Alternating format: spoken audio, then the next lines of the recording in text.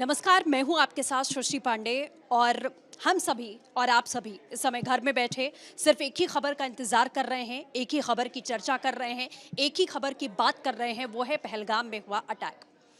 हर किसी के जहन में एक ही सवाल है कि आखिरकार भारत पाकिस्तान पर कब हमला करेगा, क्या कार्रवाई भारत की ओर से की जाएगी। मॉक ड्रिल्स की बात सामने आई, उसके बाद से हलचल और भी ज्यादा बढ़ चुकी है। पाकिस्तान की बात करें तो पाकिस्तान के रक्षा मंत्री हों, पाकिस्तान के पूर्व मंत्री हों, वो इसी बात को लेकर चिल्ला रहे हैं बार बार कि भारत उन पर कभी भी अटैक करेगा।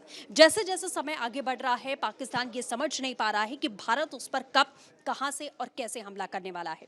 लेकिन आज हम आपको बताते हैं कि पाकिस्तान के अंदर गृह युद्ध के हालात किस कदर बने हुए हैं।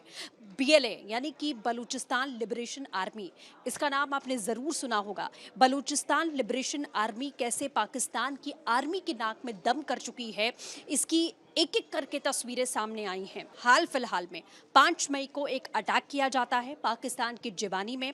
कोस्टल गार्ड व्हीकल पर यह अटैक होता है। रिमोट कंट्रोल बॉम्ब के थ्रू इस पूरे व्हीकल पर हमला किया जाता है और अब इसकी जिम्मेदारी बलोच लड़ाकों ने ली है, बलूचिस्तान लिबरेशन आर्मी ने ली है। और इस हमले में आपको बता रहे हैं 3 पाकिस्तानी आर्मी के जवान मारे जाते हैं और 2 बुरी तरीके से जख्मी होते हैं, जिसकी जिम्मेदारी बीएलए ने ली है। और इसी के साथ सिर्फ जिम्मेदारी नहीं ली, बल्कि आसपास के जिवानी के इलाकों में जो भी लोग कोस्ट गार्ड व्हीकल्स देते हैं उन्हें आगाह किया है कि हमारी संगठन की नज़र उन लोगों पर है जो ये व्हीकल्स देते हैं। अगर आगे भी ऐसा हुआ तो संगठन कार्रवाई करेगा, यानी कि संगठन हमला करेगा। बलूचिस्तान लिबरेशन आर्मी आखिरकार पिछले कई महीनों में किस कदर सक्रिय हुई है वो आपने देखा। कभी खबरें आती हैं 40 जवान मार दिए गए, कभी खबरें आती हैं बीएलए ने पाकिस्तान की चौकियों को उड़ा दिया है, टारगेट करके ये अटैक किए जाते हैं। पिछले 2 महीने पहले मार्च के महीने में आपने देखा था कि पाकिस्तान की जाफर एक्सप्रेस को बीएलए बलूचिस्तान लिबरेशन आर्मी ने हाईजैक कर लिया था। 200 से ज़्यादा यात्री सवार थे और जानकारी मिलती है कि 30 से ज़्यादा पाकिस्तान के आर्मी के सैनिकों को बीएलए ने इस हाईजैक में मार दिया था।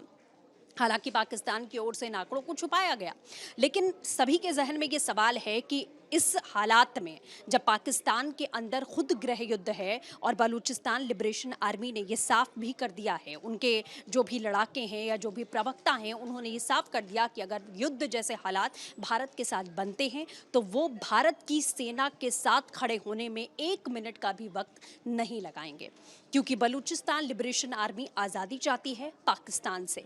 पाकिस्तानी आर्मी पर उनके ऊपर अत्याचार के आरोप लगाती है। हालांकि पाकिस्तान की अगर बात करें तो पाकिस्तान इसे एक चरमपंथी संगठन करार दे चुका है, एक आतंकी संगठन करार दे चुका है और इसे बैन किया गया है, जिसके खिलाफ वो कार्रवाई करने की भी बात लगातार करता रहता है। लेकिन उसका कोई नतीजा यहाँ पर दिखाई नहीं दे रहा है जिस तरीके के हालात हैं।